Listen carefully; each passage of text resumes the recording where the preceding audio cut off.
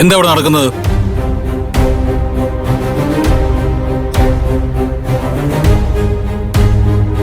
അമ്മയോടാ ഞാൻ ചോദിച്ചത്.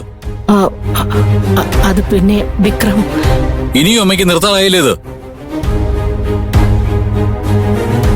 എനിക്ക് വീണ്ടും കല്യാണം വേണമെന്ന് ഞാൻ ആവശ്യപ്പെട്ടോ? വിക്രം, നീ ആ പെണ്ണിനെ കണ്ടാ വേണ്ടെന്ന് ഒരിക്കലും പറയില്ല. അത്രയ്ക്ക് ക്യൂട്ടായിട്ടുണ്ട്. ദേ നോക്ക്, നീ നിന്റെ കാര്യം നോക്കി നടന്നോണം. എന്റെ കാര്യത്തിൽ ഇടപെട്ടാ എന്റെ സ്വഭാവം മാറും.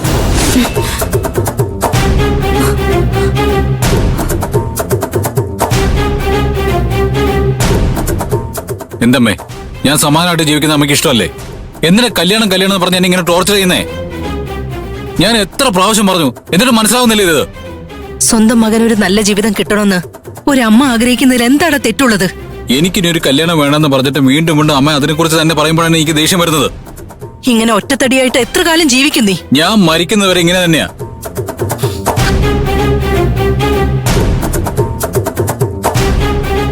ഇതെന്തൊരു സംസാര വിക്രം? അമ്മ നിന്റെ നന്മയ്ക്കല്ലേ പറയുന്നേ? എനിക്കതിന് താല്പര്യം പറഞ്ഞ പിന്നെ വിട്ടുകൂടെ? എനിക്ക് ഇഷ്ടമല്ലാത്ത കാര്യം സംസാരിച്ച് എന്റെ മനസ്സമാനം കളയല്ലേ? വിക്രം, ദയവ് ചെയ്തൊന്ന് മനസ്സിലാക്ക്. നിനക്കെങ്ങനെ ഒറ്റയ്ക്ക് മുന്നോട്ട് ജീവിക്കാൻ പറ്റില്ല. നിനക്ക് എന്തായാലും ഒരു തുണ വേണം. എനിക്ക് കവനുണ്ട് തുണയായിട്ട്, കവന് ഞാനുണ്ട് തുണയായിട്ട്.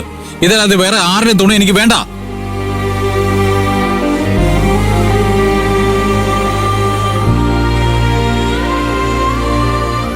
എത്ര ഞാൻ പറഞ്ഞിട്ടും അമ്മ ഇങ്ങനെ മനസ്സിലാക്കാത്തത് എനിക്ക് ഒട്ടും ഇഷ്ടമുള്ള കാര്യമല്ല. അമ്മേ പ്ലീസ്, ഇത് ലാസ്റ്റായിട്ട് ഞാൻ പറയാ. ഇല്ലെങ്കിൽ ഞാൻ എന്തെങ്കിലും കടുകയും ചെയ്യേണ്ടി വരും.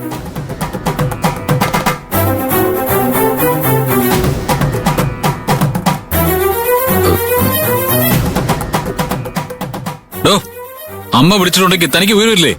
ഇനി ഏതെങ്കിലും പെണ്ണിന്റെ ഫോട്ടോ കൊണ്ട് ഇങ്ങോട്ട് വന്നാ പറഞ്ഞേക്കാം, തന്നെ കൊന്നു കുഴിച്ചുപിടും ഞാൻ. മാഡം, ഞാൻ പോവാ. വിക്രം, എന്താ നീ മനസ്സിൽ വിചാരിച്ചോണ്ടിരിക്കുന്നേ? ഞാൻ പറഞ്ഞതനുസരിക്കില്ല തന്നെയാ? നീ കല്യാണം കഴിച്ചേ മതിയാവൂ. പറ്റില്ല പറ്റില്ല പറ്റില്ല. ഞാൻ അനുഭവിച്ചോക്കെ മതി. ഇനിയും എനിക്ക് അനുഭവിക്കാൻ വയ്യ. നോക്കമ്മേ, ഞാൻ സീരിയസ് ആയിട്ട് പറയാ. ഇനിയും എന്നെ കല്യാണം കഴിപ്പിക്കണമെന്ന് പറഞ്ഞ് നിങ്ങൾ ടോർച്ചർ ചെയ്താ ഞാൻ എന്റെ കവിനെയും കൂട്ടി എങ്ങോട്ടെങ്കിലും നാട് വിട്ടു പോവും.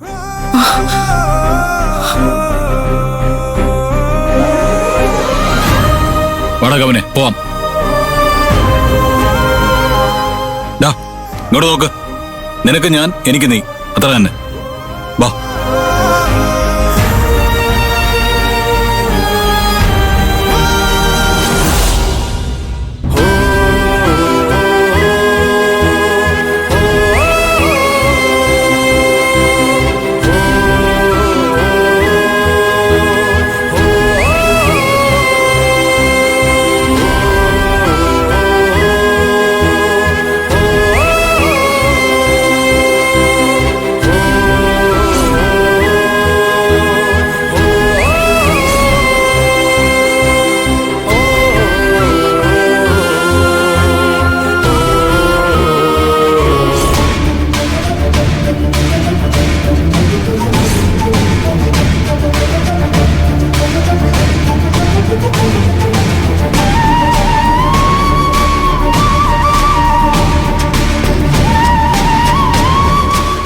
എന്റെ ജീവിതത്തിൽ എനിക്ക് പറ്റിയ ഏറ്റവും വലിയ തെറ്റ്, നിന്നെ സ്നേഹിച്ച് ഞാൻ കല്യാണം കഴിച്ചതാ.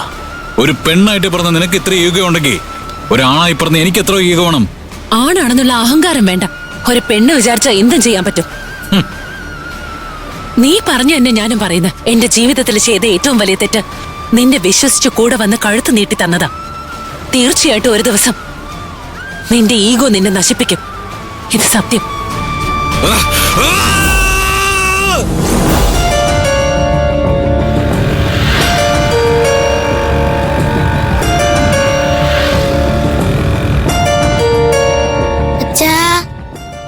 ടെൻഷനൊക്കെ കുറഞ്ഞോ? ടെൻഷൻ കുറഞ്ഞോന്നാ ഞാൻ ചോദിച്ചത്. അതിന്റെ ഉത്തരം എനിക്ക് കിട്ടിയില്ല. അതൊരു സൈഡിലുണ്ടടാ. നീ കാര്യം എന്താന്ന് ചോദിച്ചാ പറ. ഞാനൊരു കാര്യം ചോദിക്കട്ടെ? ചോദിക്ക. അച്ഛമ്മ പറഞ്ഞ പോലെ അച്ഛൻ എന്താ ഒരു വട്ടം കൂടി കല്യാണം കഴിച്ചാല്?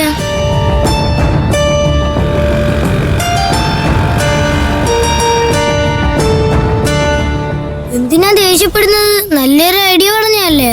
ഒരു കല്യാണം ആക്കണ്ട, ഒരു 5-6 കല്യാണം കഴിച്ചോ. അച്ഛമ്മക്ക് ദേഷ്യവും വരില്ല, അച്ഛനും ടെൻഷനും ഇല്ല. പിന്നെ ദേഷ്യം പിടിക്കണുണ്ടല്ലോ. ഞാൻ പറഞ്ഞതൊന്നും തെറ്റായോ?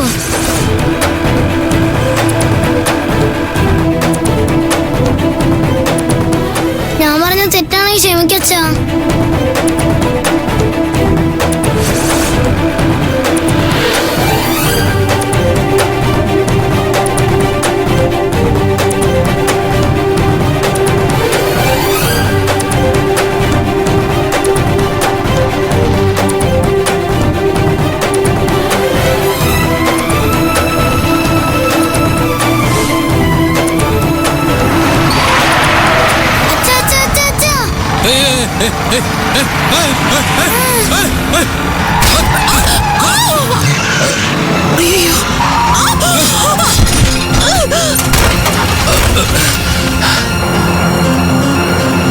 അയ്യോ ഭാഗ്യം ഒന്നും സംഭവിച്ചിട്ടില്ല.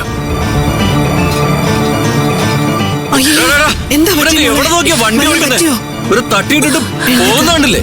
മുറിവല്ല, കുഴപ്പമില്ല. വെളിവില്ലാത്തവൻ പൈസയുടെ അഹങ്കാരം കൊണ്ട് വണ്ടി ഓടിച്ചോണ്ട് പോകുന്ന പോക്കണ്ടില്ലേ? അച്ഛാ, എന്താ അച്ഛാ? ഞാൻ കുറച്ചു പേടിച്ചു പോയി. അതോ സോറി, എന്തോ അറിയാതെ പറ്റിപ്പോയതാ. എന്തറിയാതെ? നമുക്കിനി ഒരുപാട് കാലം ജീവിക്കണ്ടല്ലേ. സൂക്ഷിച്ചു വണ്ടി ഓടിക്ക്.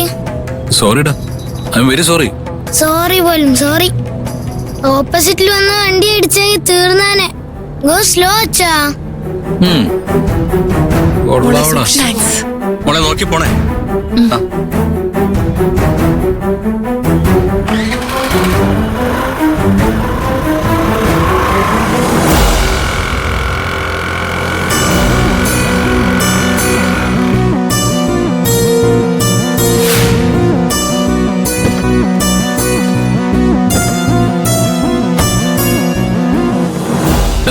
കവിനെ, എന്താ?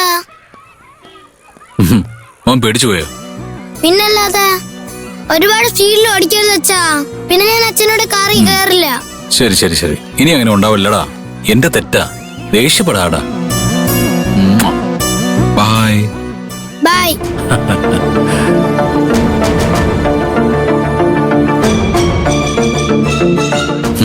അവളെ പറ്റി അറിയാതൊന്ന് വിചാരിച്ചതേ ഉള്ളൂ.